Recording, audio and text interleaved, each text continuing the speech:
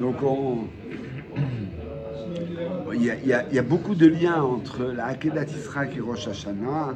Très vite, on trouve ce texte dans la Kriyat Torah du deuxième jour de Rosh Hashanah. On trouve une référence constante à la Akedat Yisraël dans les Tfilot, Bisruto, chez Avraham Avinu. Le srout de la Akedah est ramené de façon permanente. Le chauffard de Rosh Hashanah rappelle le bélier de la Akedah d'Israël. Et il va falloir essayer d'entendre qu'est-ce que ça nous dit à nous. On va arriver à la mitzvah du chauffard. On va commencer, donc ça commence Perek Kavbet, Pasuk Aleph. C'est le... En Vayera, en fait, c'est le Shvi de Vayera. Alors si vous avez, on a tous les mêmes chroumachines, c'est page 53. Vayi achar advarim haele, et ce fut après ces choses ou ces paroles, ve'a Elohim nissa et Avraham. Ha Elohim, Akadosh Baruch Hu, nissa et Avraham, un verbe qu'on traduit par il a mis à l'épreuve Avraham. Nissa et Avraham. La Mishnah dans Avot dit Asara nisyonot nitnasa Avraham Avinu. Avraham Avinu a eu 10 nisyonot et la Akedah, c'est le 10e. Mais dans le texte de la Torah, c'est le seul qui s'appelle Nisayon. Dans le texte de la Torah, les autres événements que la Mishnah compte comme des épreuves, comme par exemple la famine, l'affaire avec Avimelech et sa femme, l'affaire avec Lot, un certain nombre de les guerres qu'il a dû mener, sont un certain nombre de difficultés qui sont appelées Nisyonot. Le premier étant là, c'est Marcoquet Rishonim. Quel est le premier Nisayon d'Abraham? Alors, selon Midrash, c'est Urkazdim et Urkazdim, le fait que quand Abraham était encore dans le pays de Nimrod, Nimrod lui a dit si tu refuses de te prosterner devant moi, je te jette dans la fournaise ardente. Mais le Rambam ne compte pas ce premier événement parce qu'il est marqué dans le Midrash, il n'est pas écrit dans le Chumash. Et donc, pour le Rambam, par exemple, le premier Nisayon, c'est l'Echlecha. De fuir ses parents. De fuir, de quitter ses parents. De quitter tout pour aller en Israël. Le premier et le dernier, le seul en fait qui est exprimé en termes de Nisayon, c'est la Akedat Yisraël. Et alors, on a ce premier mot qui est Nissa, mettre à l'épreuve. Alors, les Mefarshim, je me sers du Rambam qui dit attention, c'est pas un test. Un test, qu'est-ce qui fait un test? C'est quelqu'un qui veut connaître quelqu'un d'autre. Il le teste. Il va engager quelqu'un, je veux vérifier ses compétences, je le teste. Pourquoi? Parce que je ne sais pas ce qu'il vaut. Mais Akadosh Baruch Hu, il connaît, il sait ce qu'est l'être humain. Il n'a pas besoin de le tester pour savoir qui est Abraham et si Abraham va lui être fidèle ou pas. Il n'a pas besoin. Donc le terme de test ne convient pas. Et le Ramban dit le terme de Nissa, qui veut dire mise à l'épreuve, est à rapprocher du Nes, qui veut dire, un Nes, nous on sait que ça veut dire le miracle, mais avant de vouloir dire le miracle, la première occurrence, premier sens du mot Nes, c'est le drapeau qu'on hisse en haut du mât du bateau, qui dit à qui appartient le bateau, quelle nationalité, qui donne des informations sur le bateau. C'est quelque chose qu'on voit de loin et qui est placé très haut. Et le Ramban dit, Elohim, il se sert d'un passouk dans Tehillim, Elohim, tzadik ifran. Akadosh Baruch Hu, il bochen, c'est-à-dire de nouveau, il met à l'épreuve que le tzadik. Il ne va pas mettre à l'épreuve un rachat dont il sait qu'il va tomber. Il ne met à l'épreuve qu'un tzaddik. Alors pourquoi? Puisque Hachem sait ce que le tzaddik vaut, pourquoi il le met à l'épreuve? Pour l'élever. Pour l'élever. C'est-à-dire que ce n'est pas une épreuve pour le tester, pour vérifier ce qu'il est. C'est une épreuve pour lui permettre de développer ce qu'il est, d'aller plus haut, de dévoiler son potentiel. Alors le Maharal, lui, il écrit ça très longuement. Il dit Leotzi minakoach el apoal. C'est rendre la vie d'une manière générale, l'existence humaine, c'est quoi? C'est rendre existentiel, c'est-à-dire faire exister dans notre monde des choses qui sont des valeurs auxquelles on est attaché spirituellement. Les rendre existentielles. Il va y avoir chez Abraham un mouvement de l'âme, un mouvement qui va l'amener plus haut. Et donc, le but de notre étude, ça va être de dégager qu'est-ce que Abraham, j'allais dire, a gagné dans cette épreuve. Qu'est-ce qu'il a apporté de plus haut? En quoi il a avancé? Est-ce qu'on peut voir un rapport avec le verbe linsua, le voyage, avec un voyage intérieur? Alors, en fait, alors ça... Ça s'écrit pas du tout pareil. Non, il y a deux lettres dans la racine, il y a deux lettres communes. Vous savez qu'en hébreu, il y a un système de racines trilitères.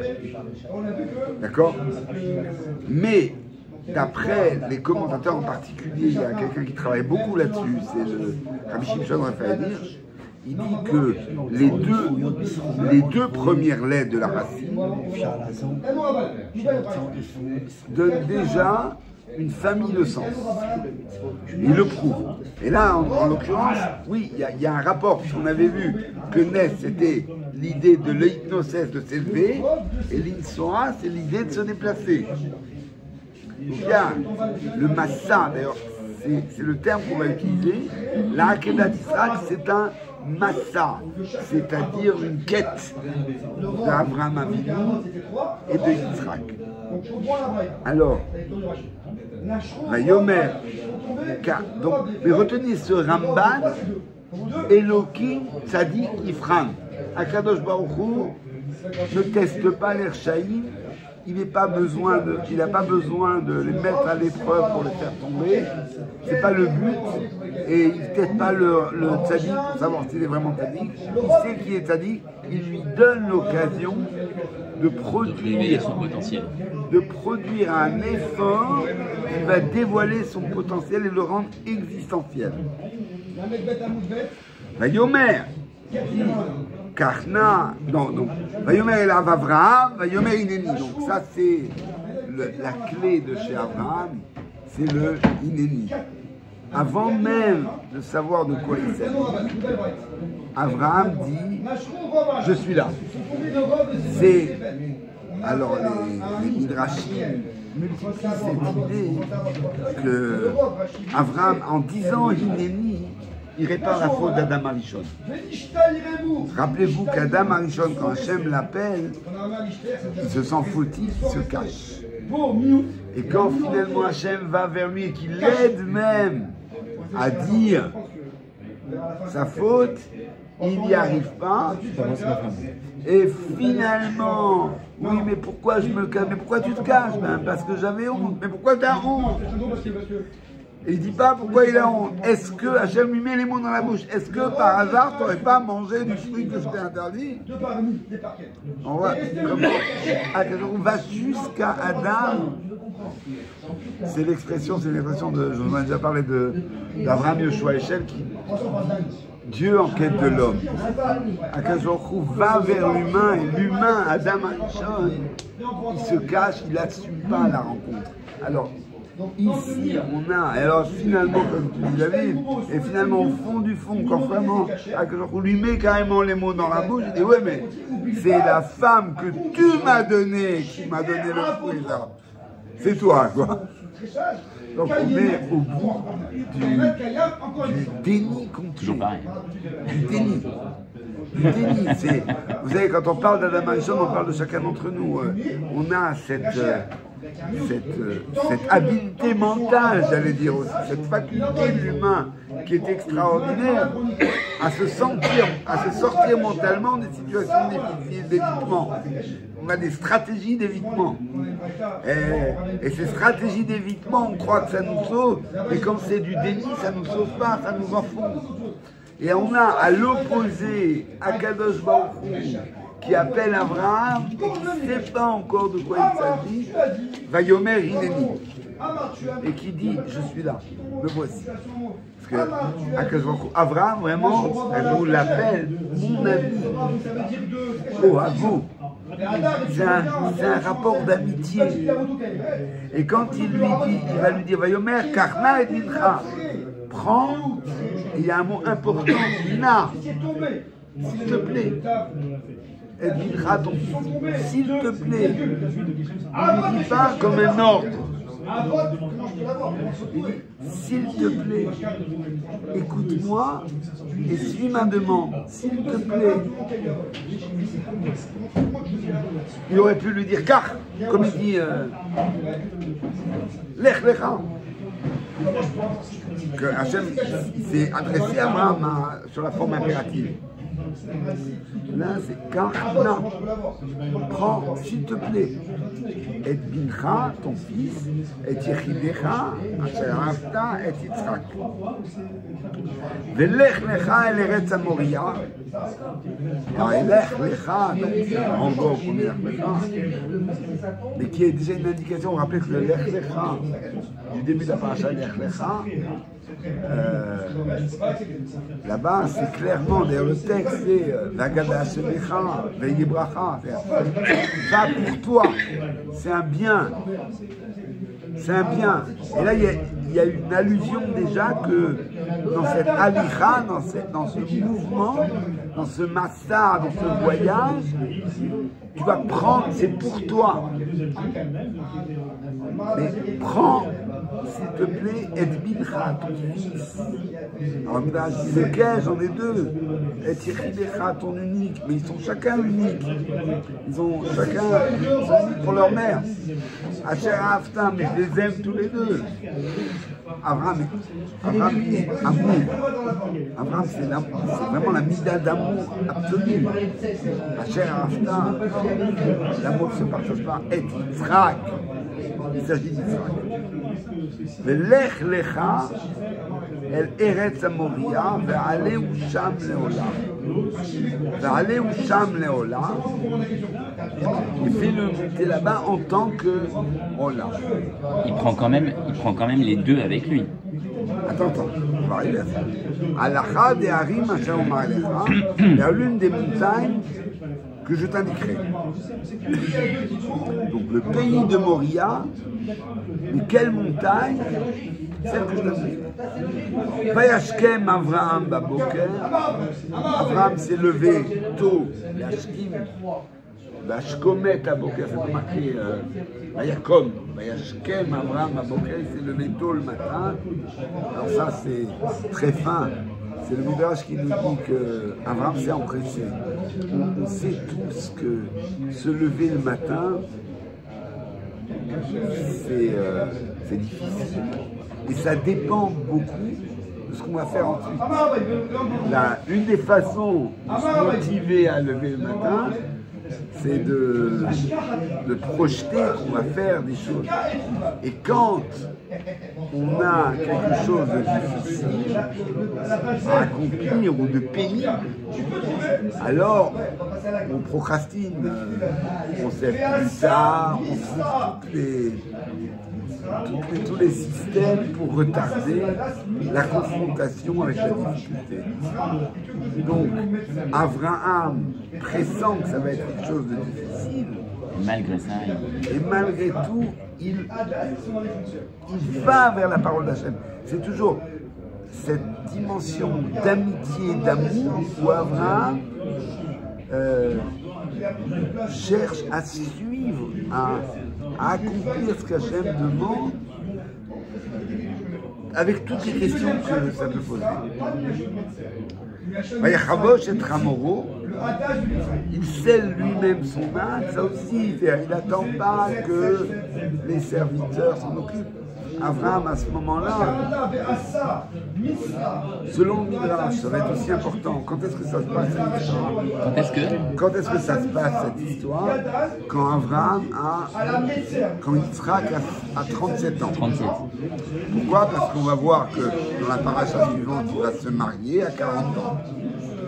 Il va se marier à 40 ans. Et Rivka est déjà née, donc on dit qu'Yitzhak a 37 ans, donc Abraham a 137 ans. Au moment de la Kedat d'Yitzhak. Abraham a 137 ans, un homme de 137 ans qui se lève tôt pour un truc ultra difficile, qui n'attend pas. Oui, mais à partir d'un certain âge, on a du mal à dormir. Se lève tôt. C'est pas ce qu'on dit. On dit qu'il s'est pas qu'il était insomniaque. Mais il s'est toujours levé tôt, même à l'époque de sa Brit Mila. Malgré la douleur, il s'est levé vers les anges qui arrivaient, il a couru vers eux. Il a toujours été dans le dynamisme. Mais Shkem Avram Aboker, c'est lui-même qui s'occupe de son âme. C'est du boulot. C'est lui qui prépare. C'est un boulot dur de ceux qui sont déjà occupés d'un cheval ou d'un âne. Marcher, installer, c'est un travail fatigant. Un beau repos. C'est lui qui prend ces deux serviteurs, en fait. Le Midrash dit que c'est Eliezer et Ishmaël. Les deux proches de lui. C'est pas dit dans la Torah? Non, c'est le Midrash. Ah, c'est que le Midrash. Ces deux Néharim. Ah. Mais ces deux, ceux qui leur appartiennent, ceux qui sont proches de lui. Vayelech el hamakom asher amar lo Elohim, il marche vers l'endroit qu'Hachem a indiqué, c'est-à-dire vers le pays de Moria, la région Moria. Bayom Hashlishi, le troisième jour, Vaïssa Avram et Ena, Maya et Amakom Abraham lève ses yeux et repère l'endroit. Alors, lève ses yeux, c'est aussi l'idée que non, il aurait pu avancer sans lever ses yeux, il avance vers le territoire de Moria, il n'y est pas encore. Il lève les yeux, il enquête de quel endroit il s'agit. Et alors il repère, dit le village, Vayar et Tamakom, il a vu l'endroit, Mirachon au loin. Comment il sait que c'est cet endroit? Un nuage. Ra'a, Anan, Kashour, Alahar, il a vu une nuée qui couronne la montagne. Et alors, qu'est-ce qui se passe à ce moment-là? Il demande aux autres s'ils la voient. Vayomer Avram el Ne'arav, il dit à ses deux serviteurs, Chevou lachem po imachamor, restez ici avec l'âne. Le Midrash dit, pourquoi il leur dit ça? Parce qu'il leur dit, vous avez vu quelque chose? Non, on n'a rien vu. Bon, alors vous n'êtes pas chayach, vous n'êtes pas concerné par cette affaire. Restez avec l'âne, le chamor. Il faut savoir. Très terre à terre, le chamor. Le chamor, dans la symbolique juive, si vous vous rappelez que la tribu d'Issachar est comparée au chamor. C'est la tribu de la sagesse. C'est le Sanhedrin d'Issachar. Et le symbole, c'est un chamor. Le chamor, c'est pas. En français, on dit l'âne, ça veut dire. C'est l'idée d'animal bête. Dans le Lachon Chazal, le chamor, c'est le chomer. Par exemple, le Mashiach va chevaucher un chamor. Ça veut dire qu'il va dominer la chomer, c'est-à-dire la matérialité. Le chamor représente la matérialité. Mais ce n'est pas un jugement négatif du tout. Non, Abraham comprend que les deux Néharim, Hachem ne leur montre pas le Hanan, donc ils ne doivent pas être dedans. Et finalement, d'après certains commentaires, c'est très bien comme ça. C'est-à-dire que comme Abraham s'apprête à faire le sacrifice de son fils, un acte qu'il a toujours condamné, du sacrifice humain, il a combattu le sacrifice humain, Abraham. Donc les deux Néharim vont venir et ils vont l'empêcher de faire ça ou s'y opposer. Et quel message ça va donner? Il comprend que ils sont pas, leur présence n'est pas appropriée. Et c'est la raison pour laquelle Kadosh ne leur indique pas la montagne. Je vous la rempo imacham.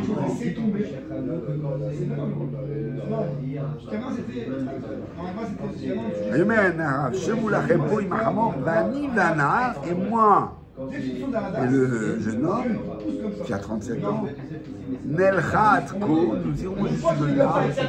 Et là, très surprenant, et nous prosternons, Venashuva Elechem, et nous reviendrons vers vous. Il aurait dû dire, et je reviendrai. Et je reviendrai. Ou ne rien dire. Là, le Midrash Niba velo yada maniba. C'est une dimension de prophétie qu'il n'a pas maîtrisée. Dans notre langage à nous moderne, on dirait que son inconscient, quelque chose de profond en lui, c'est qu'il ne s'agit pas de mourir. Il ne s'agit pas de mort. Mais il ne sait pas élucider ça. Et c'est tout le massa d'Abraham.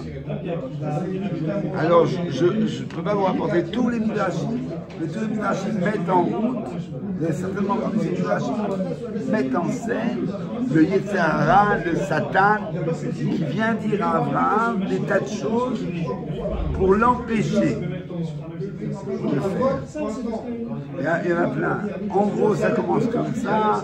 Le Satan, c'est-à-dire le côté, la partie sombre d'Abraham qui s'oppose à la mitzvah, vient lui dire, mais Abraham, tu es un grand homme, tu es Mezaké Arabi, tu fais connaître le nom d'Hachem dans le monde. Si tu fais un truc pareil, un crime pareil, qui s'oppose à tout ce que tu as enseigné, on va dire que tu es un vieux fou. On va dire que tu es un vieux fou, on ne va pas écouter ton message. Dans d'autres midrashim, on te respectait. On va voir ça, Parashat Chayei Sarah, on l'appelle Messie Elohim. Tu es le prince d'Hachem. De Tochenou, il y a un immense respect des peuples envers Abraham. Et là, tu vas tout ruiner. Donc, le Satan, il veut jouer sur plusieurs choses. Il veut jouer sur les Yetzarim habituels de l'homme, le kavod, la considération. Et quand ça ne marche pas, la considération, parce qu'Abraham il dit la considération qu'on a pour moi, c'est secondaire, j'accomplis la mitzvah d'Hachem, mais il a un coup qui va plus loin, il dit mais sa mission. Toute ta mission, tu es en train de la compromettre. Ça peut s'entendre. Hein. Ça s'entend très fort. Et Abraham répond Ani Betumi Eler. J'avance avec Hachem Betumi dans ma simplicité, dans ma droiture. Je ne fais pas de poule. Hachem me dit quelque chose, il sait mieux que moi quelle est ma mission. Et là, le Satan, il a un joker. Shamati me'achorei apargod. J'ai entendu de l'autre côté de la cloison divine, là-haut, très haut, auprès du Kisei HaKavod, Assez Léola, Velo Yitzhak Léola. C'est le bélier qui va être offert et pas Yitzhak.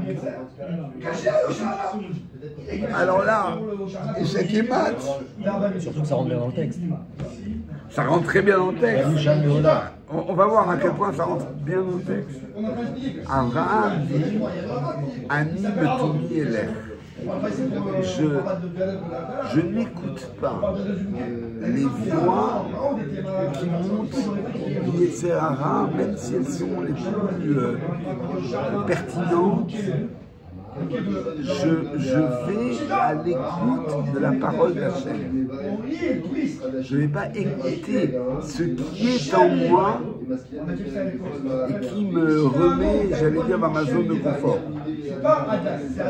Hachem m'a dit quelque chose, je travaille avec ce que j'ai entendu de lui.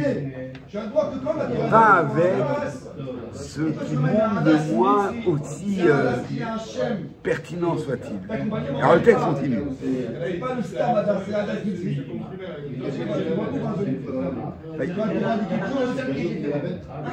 ויקח אברהם את עצי העולם, וישם על יצחק בנו. Abraham a pris les bois de la Ola et il les a placés sur Yitzhak. Vayikach biyado, il a pris dans sa main et à Esh, le feu, et à Machelet, le couteau. Et alors là, il y a un petit truc. Le mot Machelet, on ne le trouve jamais dans la Torah. Comme on dit un couteau en hébreu, Sakin. Mesoukan. Sakin, Mesoukan, il y a un proverbe Sakin, Mesoukan, Beyad Chacham. Le Sakin, Mesoukan, il est dangereux, Beyad Chacham, même dans la main d'un sage. Et à plus forte raison dans la main d'un sot. Sakin, Mesoukan. Et là, on aurait dû utiliser le mot Sakin. On utilise le mot Machelet. Le mot Machelet est construit sur la racine Echol, manger. Machelet, c'est la forme fine. Faire manger, nourrir. Le Midrash dit, c'est ce couteau, cet outil de la mitzvah qu'Abraham est en train d'accomplir, qui va nourrir le peuple juif jusqu'à la venue de Mashiach. Ce couteau qu'Abraham prend avec lui va créer un zérout, un mérite qui va nourrir toutes les générations. Vayelchou shenehem yachdav. Et Abraham et Yitzhak marchent ensemble. Vayomer Yitzhak el Abraham aviv. Yitzhak pose enfin à Abraham peut-être une question qu'il avait déjà. Vayomer avi. Il dit papa. Vayomer Hineni. Là aussi, Abraham, il n'est pas présent seulement devant Hachem. Il ne dit pas Hineni seulement devant Hachem. Il dit Hineni devant son fils. Oui mon fils, Hineni, je suis là pour toi. Hineni béni. Voici, je suis là pour toi mon fils. C'est-à-dire que la dimension d'amour, d'affection, on aurait pu aussi imaginer un Abraham qui face à cette épreuve terrible, où il pense que son fils va mourir, se durcisse et devienne un petit peu un robot. Mais c'est pas le cas. Il est béni. Il reste un père avec son fils. Oui mon fils, qu'est-ce que je peux faire pour toi? On a bien le feu, on a bien les bois. Et où est le bélier de l'offrande? Yomer Avraham lui répond, Elohim yirelo ase leola béni. Dieu va choisir le bélier pour la Ola, mon fils. C'est Yitzhak qui parle de bélier en premier du coup. Oh, ouais, Yitzhak parle au début de bélier parce que Yitzhak, Hachem, Avraham, on ne lui a pas dit que Hachem ne s'est pas adressé à Yitzhak. Non, il s'est adressé à Abraham. Donc Yitzhak, il est parti avec l'idée qu'on va offrir. Pourquoi un bélier? Pourquoi il parle d'un bélier lui? Un bélier, le terme de séant, c'est un bélier, c'est un animal du petit bétail qu'on offre en Ola. C'est pas. C'est habituel. C'est très habituel, c'est un langage général. Ok.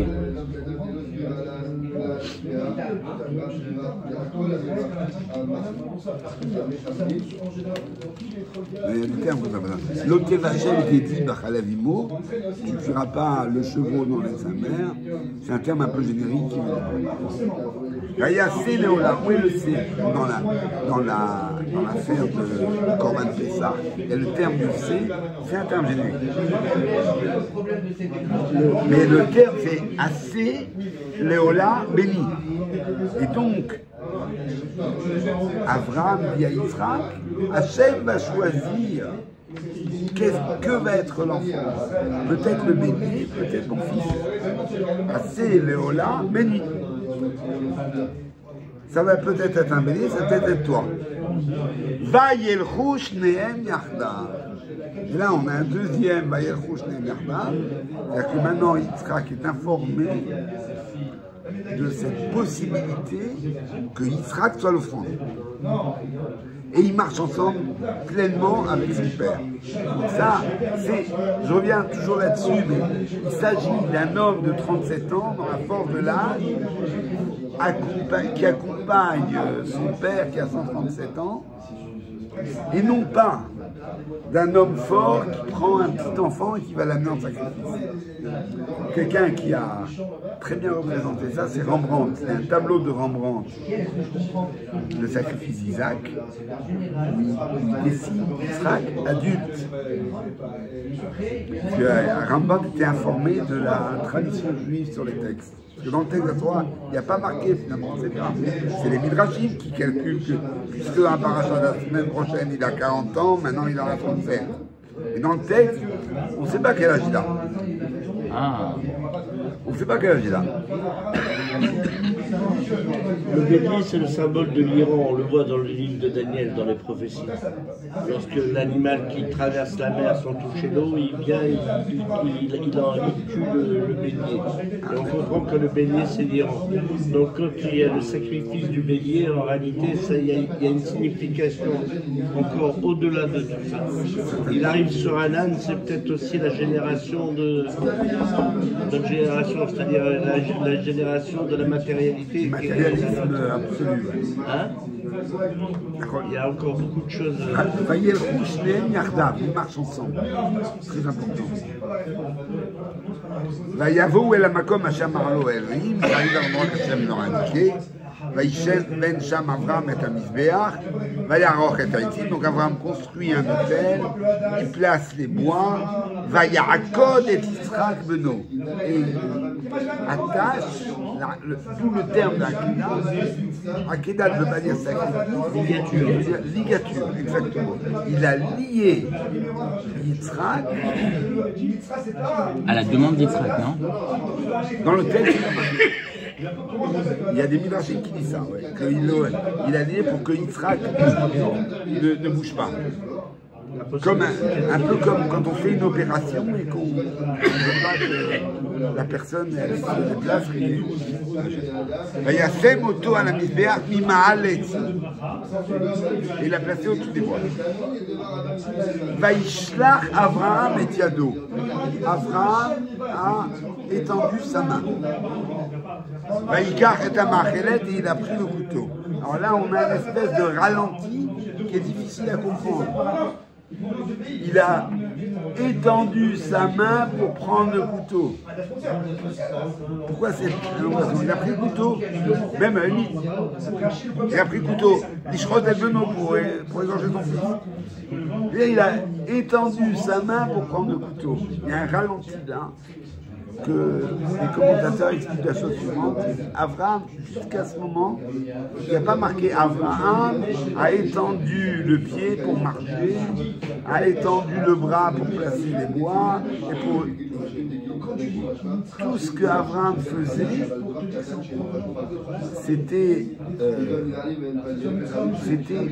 ça venait de lui. Il y avait une intuition de ce qu'il fallait faire.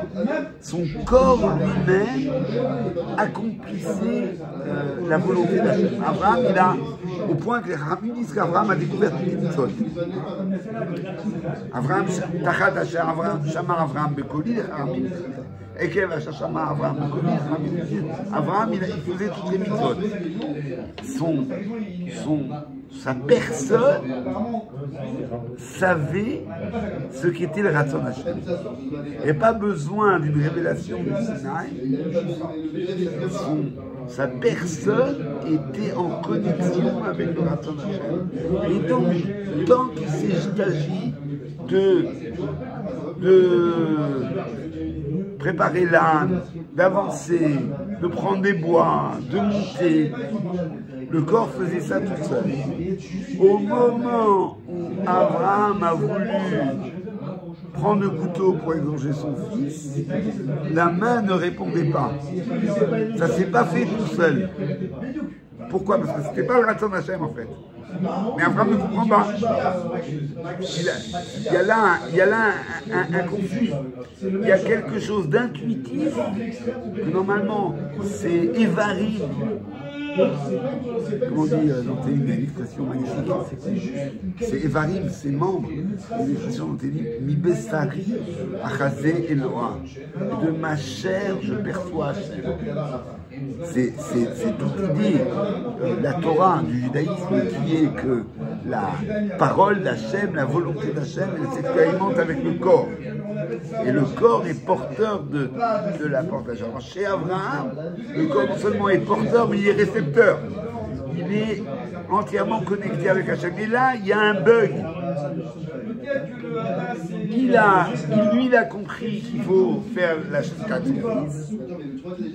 Et sa main ne vient pas spontanément le faire. Il est obligé de volontairement forcer sa main à faire. C'est pour ça que c'est marqué lourdement.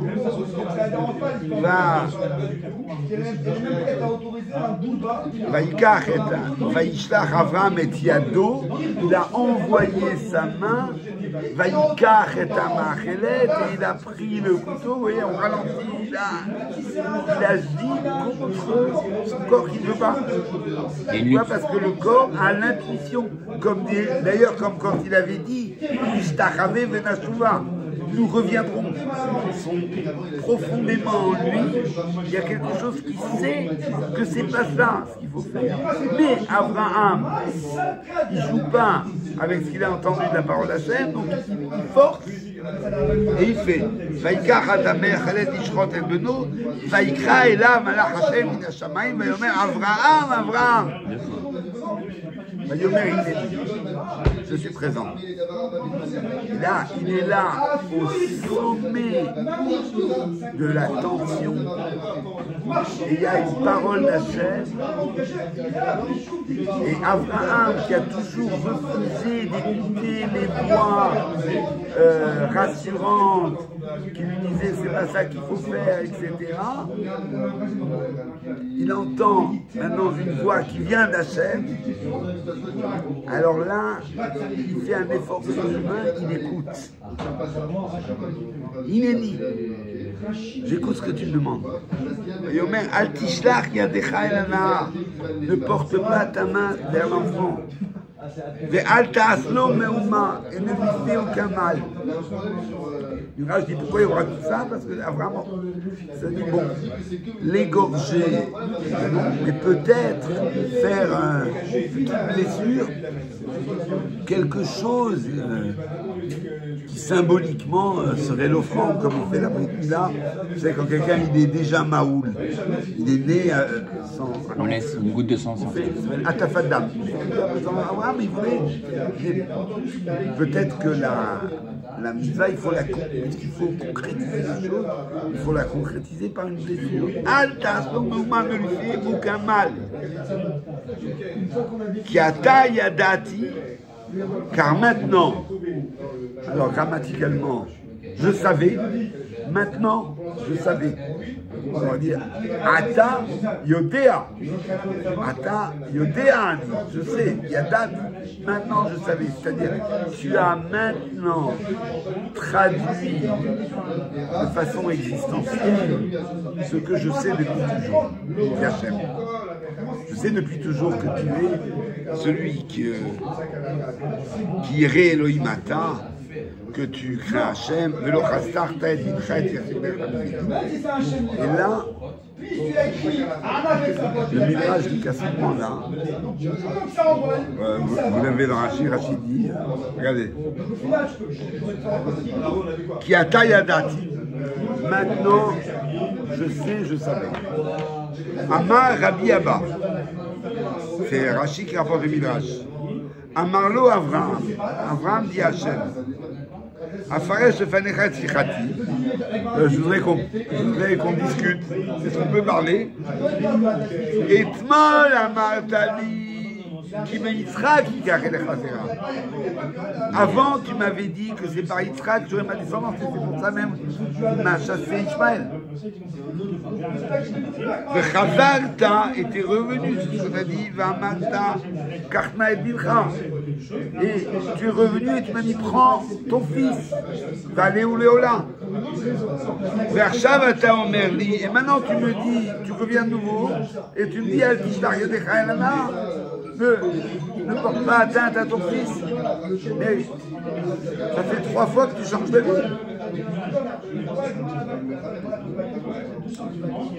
C'est très intéressant. C'est quand est-ce qu'Abraham dit ça? Après.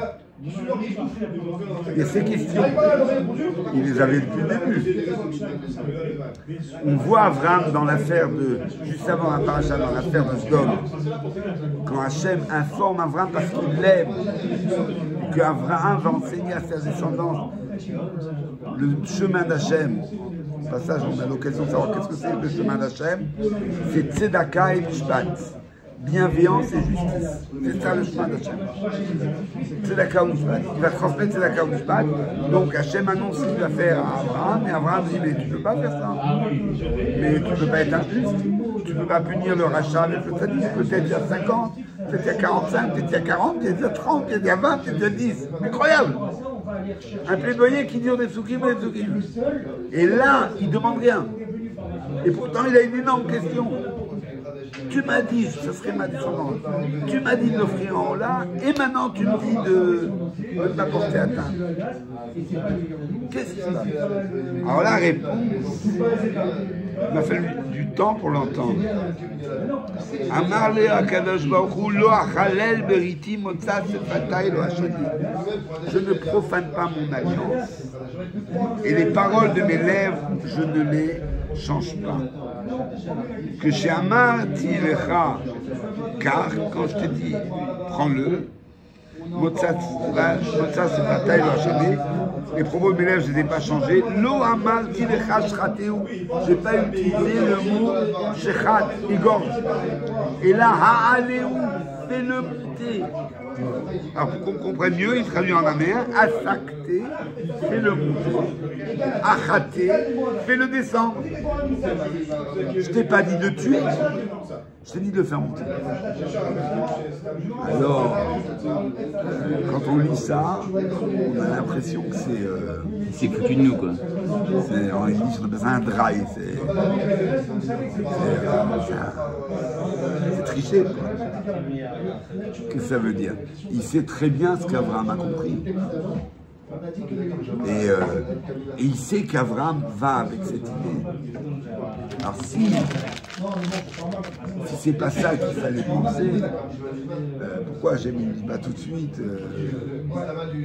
je fais monter ton fils, mais c'est le bélier qu'on va offrir. Ah oui.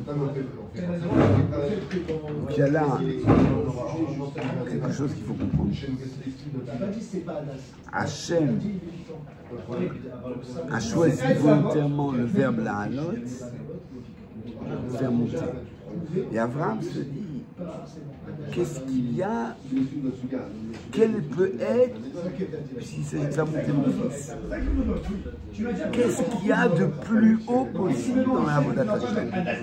Il me s'est route des fèches, mourir al Kiddush Hashem. Comme Abraham avait été prêt à le faire au moment où on l'a jeté dans la forêt. Et donc Hashem veut que j'amène mon fils au point le plus haut, de se donner pour Hachem. Ah oui, pour la défense. Et Hachem lui apprend, mais ça c'est pas le point le plus haut. Le point le plus haut pour un animal, c'est d'être offert sur le misbéa. Un animal, le point le plus haut qu'il peut avoir en termes de sainteté, c'est de mourir pour Hachem, d'être une offrande. Mais l'être humain, il y a beaucoup plus haut. Qu'est-ce qui est plus haut que mourir pour Hachem, vivre pour Hachem? Bien. les situations de Kiddush Hashem, il y a la défense, c'est-à-dire qu'il y a des gens qui meurent à Kiddush Hashem parce qu'ils ne veulent pas profaner Hashem, parce qu'ils ne veulent pas céder à l'idolâtrie, au meurtre et au viol. C'est des moments de Kedusha, mais ce n'est pas la volonté d'Hachem. Et là, ça explique le passage suivant, qui est incroyable. Parce que le passage qui suit là, c'est quoi? C'est la Mishpacha de Nahor. On fait la mishpachologie, la généalogie de la famille de Nahor, le frère d'Abraham. Et il a eu des tas d'enfants, et Kesed, Echad, et Moakout, Chédor, Kesed, Chazo, Pidash, et Idlaf, et Betuel a eu Rivka. Et il a eu encore une concubine, mais qu'est-ce qu'on en a à faire? On était au sommet, j'allais dire, une tempête émotionnelle de la Kedat Yitzhak, et là on redescend en nous parlant qu'on raconte à Abraham l'arbre généalogique de son frère. Non, rien à faire. Qu'est-ce qu'il y a dans cet arbre généalogique? Il y a Rivka. Rivka. Il apprend la naissance de Rivka. Il apprend la naissance de Rivka qui va être la femme de Yitzhak. Sa cousine donc. Ouais, exactement. C'est fait. À l'époque, c'est comme ça que le peuple juif se constitue. Bah oui. Il apprend la naissance de Rivka. Et le texte est en train de nous dire que le point le plus haut, c'est le mariage. Au point que dans la halakha, on n'a pas le droit de vendre un Sefer Torah. On n'a jamais le droit de vendre un Sefer Torah. C'est l'objet le plus kadosh. Si on achète, on vend un objet moins kadosh, l'argent est kadosh, on doit acheter quelque chose de kadosh. Et si on a, on va, mais le Sefer Torah, il n'y a pas d'objet plus kadosh que le Sefer Torah. Mais si on a dû vendre un Sefer Torah pour une raison ou pour une autre, on a l'argent d'un Sefer Torah, la seule chose qu'on peut faire avec, même pas acheter un Sefer Torah, Un mariage. Mariage ou l'étude de la Torah. Pourquoi? Parce qu'il y a un passage merveilleux de Yeshaya, Loto ou Bera, la Shevet Yetzara. Akadosh Baruch Hu n'a pas créé le monde pour le chaos, mais pour être habité. Et qu'est-ce qui s'oppose au chaos du monde? La formation des mariages et l'étude de la loi. C'est ce qui lutte contre un monde qui va vers le chaos. C'est-à-dire que quand quelqu'un habite seul dans le monde, dans le point de vue de la Torah, il n'habite pas. Il participe au chaos du monde. Quand est-ce qu'on sort du chaos? Quand on fonde un couple. Et pour ça, on peut vendre un Sefer Torah. Et même pour quelqu'un qui n'est plus en âge d'avoir des enfants. Ce n'est pas seulement la mitzvah de Yad L'Oribia. C'est l'idée d'habiter le monde en couple et non pas seul. Dans la préparation de ma roupa, j'avais quelque chose qui est un gros symbole. On t'apprend à casser tous tes concepts de célibataire, on t'apprend à tout casser pour renaître grâce au mariage, reconstruire quelque chose. De la même façon que des choses ont été cassées au temple et qu'on cherche à reconstruire. C'est pour ça qu'on dit que le jour du mariage, on demande des brachot au khatanim. Pourquoi? Parce que Mochalilo al-kol avodotav. Toutes ces fautes ont effacées. C'est une renaissance. C'est une renaissance. Alors, juste pour finir, pourquoi ce texte est choisi pour Rosh Hashanah? Parce que c'est l'effort monumental d'Abraham. Il croyait que l'effort, c'était de tuer son fils. Donc l'effort, c'est cet effort d'écoute. J'allais dire l'écoute absolue. C'est-à-dire écouter quelque chose qui n'est pas ce que j'ai envie ou ce que je comprends, quelque chose qui est hors de moi. Entendre donc. Entendre et écouter jusqu'au bout. On sait qu'il y a un effort monumental à écouter, par exemple, dans une discussion, écouter un point de vue opposé.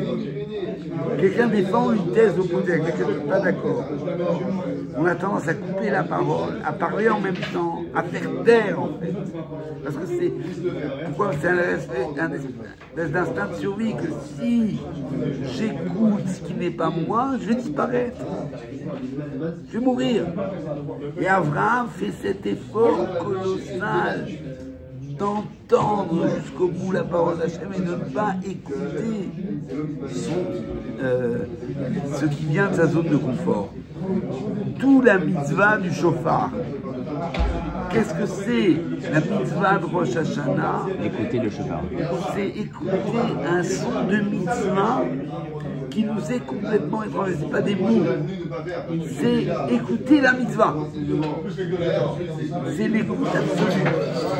Et cette écoute absolue, c'est elle qui a permis au peuple juif de développer ce que la Akedat Yitzhak a créé, c'est cette puissance d'Israël d'écouter la voix d'en haut et pas de se laisser ramener aux voix d'en bas. Et c'est ce qui a permis de traverser l'histoire. Je donne dans toute l'histoire du peuple juif, si nous existons aujourd'hui, c'est que les générations précédentes ont eu la force d'écouter en haut et de ne pas écouter les voix d'en bas. Tout récemment, vous vous rappelez certainement l'année dernière, il y a eu l'épisode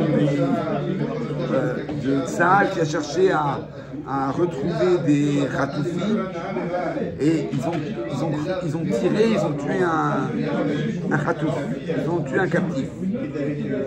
Un captif, ils croyaient que c'était un terroriste, ils ont tiré, la mère a été interviewée. Et la mère s'est adressée aux Khayalim et elle leur a dit: je ne veux pas que vous vous sentiez coupable. C'est pas vous qui avez tué mon fils. C'est le Hamas qui a tué mon fils. Le Hamas vous a piégé. Vous êtes en zone ennemie.